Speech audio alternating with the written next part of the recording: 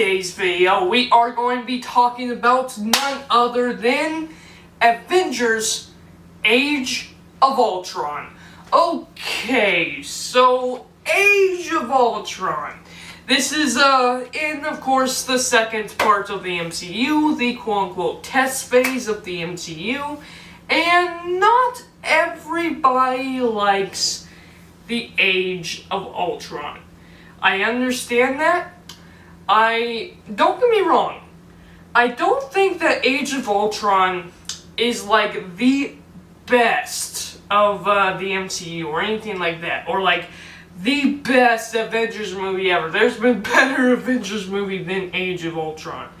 However, Age of Ultron is far from the worst of the MCU in my opinion.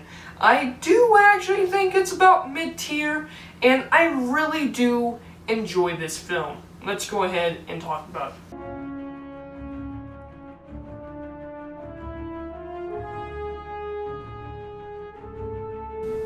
Hello guys and welcome back. Welcome back to Dylan's Little Hobbies.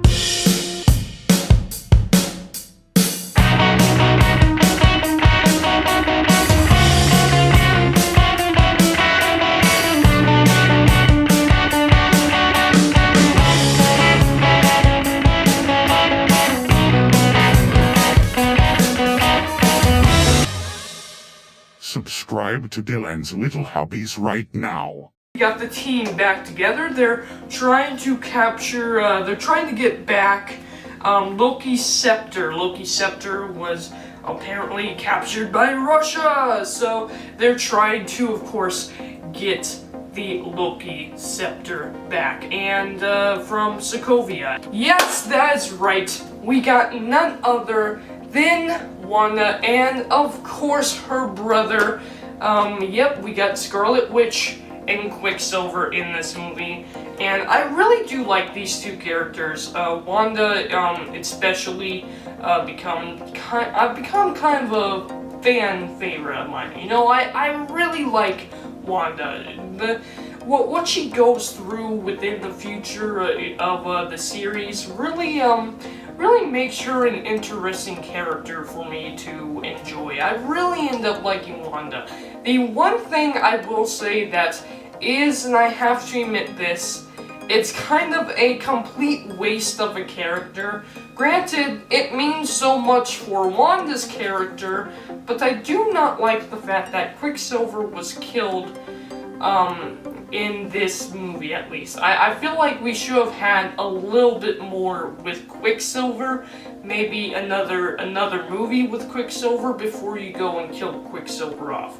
Granted, the fact that he has died means that there are actual consequences for what happens in this movie, and if you take away his death, then you take away some of the consequences that this movie has on the MCU as a whole. So, really, I think what would have been better, don't get me wrong, I again think it was a waste of a character just to kill him off, but at the same time I do understand how that adds so much to the MCU, so I'm a little bit in between. I really feel like maybe if Quicksilver just had some more screen time in this movie, he wouldn't have felt so much like a waste of a character when they kill him off.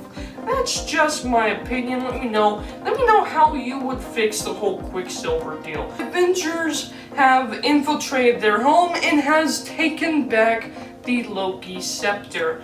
Now, when it comes to what's going on the Avengers side of things, you know, okay, the joke with Captain America, I really don't like the joke with Captain America. I really think it's ridiculous.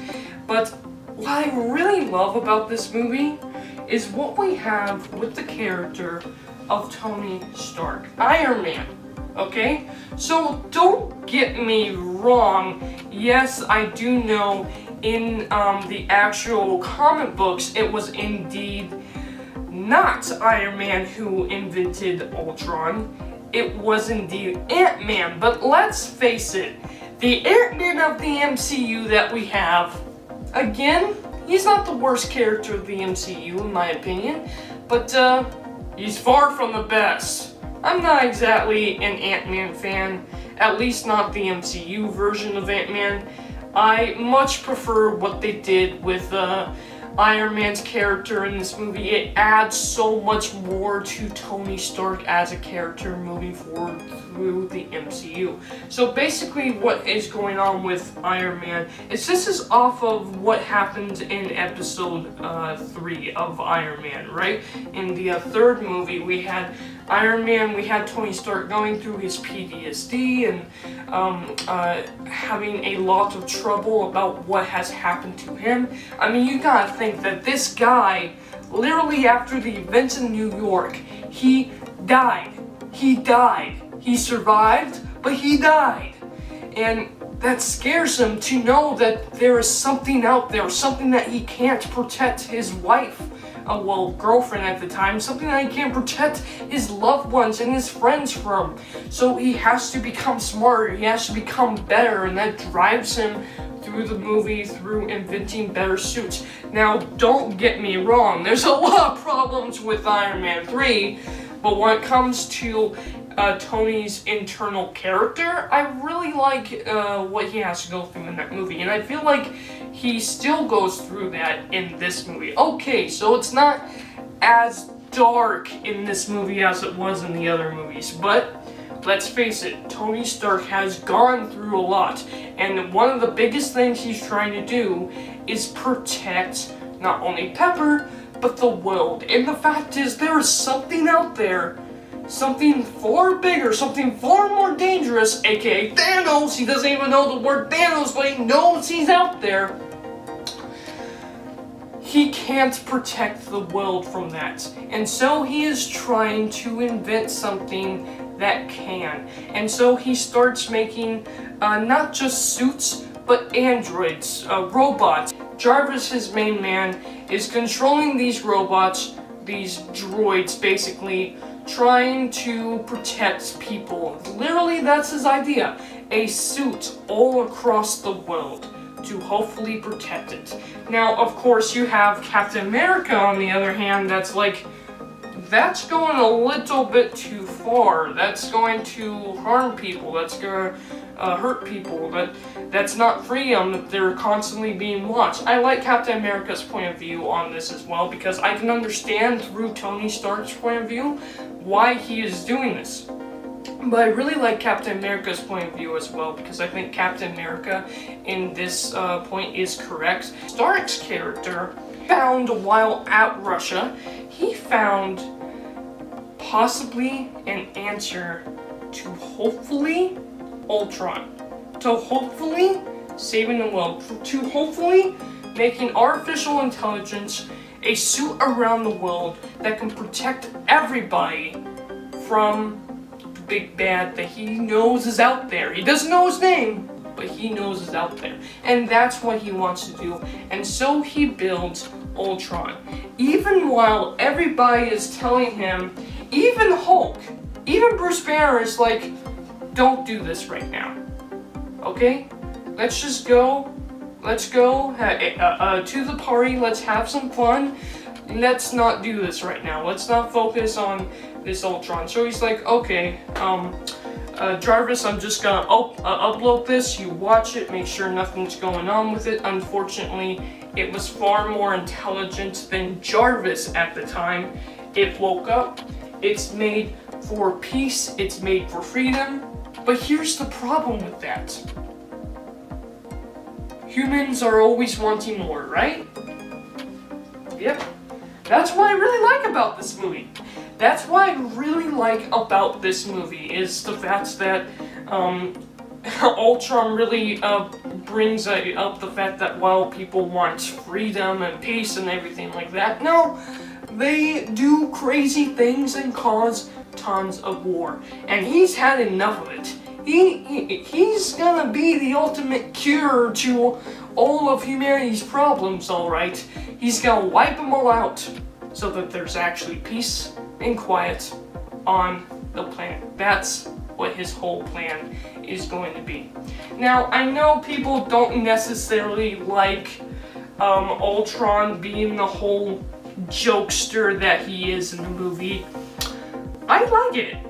Like, don't get me wrong, I think there are ways you could improve it, there are ways that you could make it a little less comedic and a little bit more terrifying, but I actually like the fact that there is some humor to it, because don't get me wrong, it is a very dark and serious movie, it really is. I like the fact that we have just a little bit of humor, to break up some of the darker scenes in the movie from, of course, Ultron. Now I know, MCU, they always kind of do that, and when it comes to the Avengers, they're commonly known for that, but yeah, in this movie, the Avengers don't have very funny lines. In fact, the guy who has the funniest lines in the movie happens to be Ultron. I really like the personality they gave him in this movie. I know a lot of people don't. I understand why a lot of people do not think that they should have gone the more humorous route with our boy Ultron. But I like it. I've always liked it. I don't think it's really that bad of a film. Now, I know people are also like, oh, well, Wanda didn't have as much power as she should have. Well, okay, this is her start to the series. I'm okay with her being a little less powerful than she'll be in the future. You know, let's watch her grow kind of thing. I'm more than fine with that. Now, when it comes to Hulk and, boy, Black Widow. I'm sorry? I like it. I like it for both Hulk's character, and I like it for her character as well. Black Widow's character. I like the fact that the Avengers movie is not just the progression of all these characters, but it's the progression of Black Widow's character, Natasha's character. I really like Natasha. She's became a fan favorite for me for quite a while. I love Black Widow. She is great. Now, here's the thing about Hawkeye. Let me get to this. Hawkeye actually has some character in this movie. I know not everybody agrees with that, but I really, for one, really have always enjoyed Hawkeye's character. I've always wanted to know more of Hawkeye, and in this movie at least we do get just a little bit of progression on Hawkeye with we meet his family, we meet his wife. I do like learning more about Hawkeye. I wish we had more of him in the MCU. Unfortunately, we had a chance and they screwed that up with the Hawkeye show, in my opinion. But with that said, I've gone through every single thing that I wanted to talk about in this video. Let me know down in the comments below your thoughts about the second Avengers movie, Avengers Age of Ultron.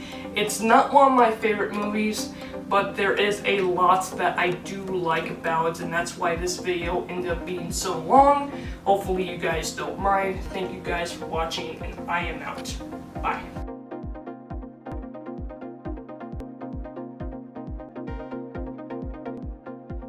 Subscribe to Dylan's Little Hobbies right now.